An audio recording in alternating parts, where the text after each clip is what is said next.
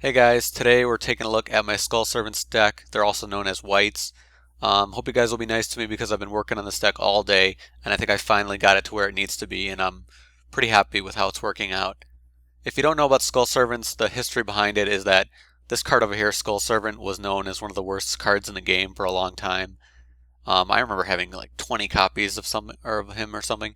But so the idea behind this was that it was so bad that Konami actually made support for it and turned it into like a real archetype, which is actually really cool, and I think it's really fun to play.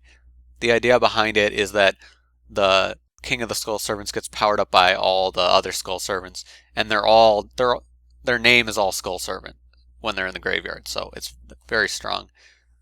So first off, we have King of the Skull Servants.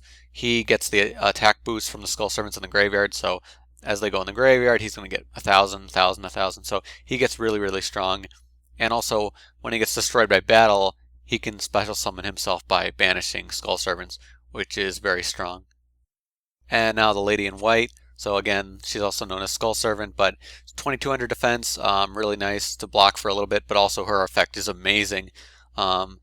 Keeping your, really making your Skull Servants almost indestructible, which is very strong, and why this deck doesn't have to be as supported by spells and traps, because she can protect the Skull Servants really well. And a Wightmare, great card.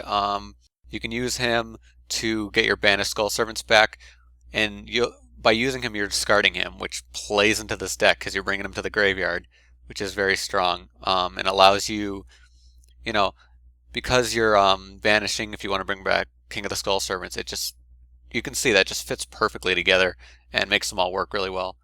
So outside of these main guys, there's just the Skull Servant in here to help power up. You can run, one, you can run two, you can run three, you can run none if you want. I like running two. I like to have just the option for more cards to power up King. And then we have Magical Merchant. So this is just helping you mill through the entire deck. Not many spells in this deck, so this will mill very easily for you. Zombie Master, perfect card for this deck, allowing you to recycle basically using your hand in your graveyard. So once things are milled, throw whatever you need in the graveyard and get King of the Skull Servants. It's easy. It's very simple, and it's an awesome strategy that works really well. Mezuki also great for this deck. Obviously a decent attack, but his effect's really the best part, allowing you to pick from your graveyard.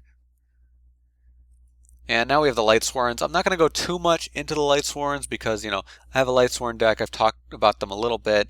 They're so common, everyone knows what they do. But obviously the idea behind this is that they're going to be milling for you. So we have 2 of Lyla, 2 of Lumina, 2 of Ryko, 2 of Wulf, 2 of Judgment Dragon, 1 Garoth, 1 Jain. So Judgment Dragon doesn't come off as often because you're doing so much milling, but obviously it's a great card and can help you with all the Lightsworns that you have. We also have Morphing Jar, obviously for the milling, and Blackluster Soldier. This deck's a good mix of light and dark, so easy card to put in here. Plaguespreader Zombie, so you have access to Synchros, and Armageddon Knight for the mill. So just a few spell cards I have. Monster Reincarnation, perfect for this deck, kind of like Zombie Master, to pick and choose what you need. MST, the thing about MST is that you can side it.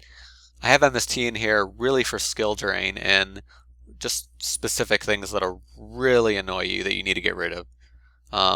Dark Hole, always a great card. And 1 for 1, again, perfect for this deck, allowing you to special summon from your deck, which is very, very good. And also hand destruction, again, to mill. The thing is, you're going to get your hand filled sometimes with too many Skull Servants, so having a card like hand destruction is very useful. So now we're going to take a look at the extra deck. There's not that much to say here. A lot of staple, XYZs that you're not going to be using that much, but you can use them if you need them. Slacker Magician because you have level 1s.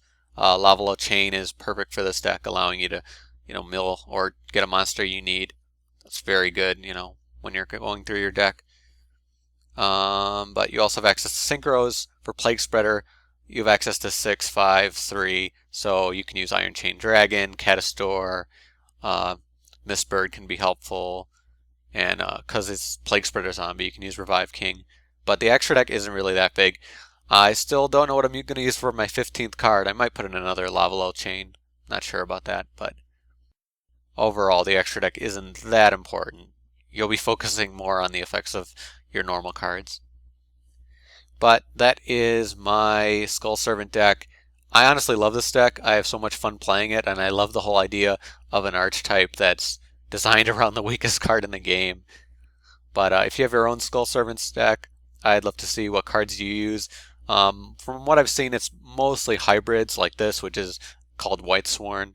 But if you have anything, any type of Skull Servant deck, it doesn't matter what it is, if it's a hybrid or not. I'd love to see it, what cards you use, how you make it work. If you like this video, you can subscribe or hit the like button. I'd really appreciate it. You get to see all my stuff firsthand. If you want to see a list of all the decks I've made so far, in the description there's a playlist that'll list every single one. You can also follow me on Twitter. You can see my Twitter on the bottom left there. If you want to, get updates on what I'm working on, want to talk to me, tweet me. Twitter's usually the best way to contact me. But that is it for me. I will see you guys later. Thank you for watching.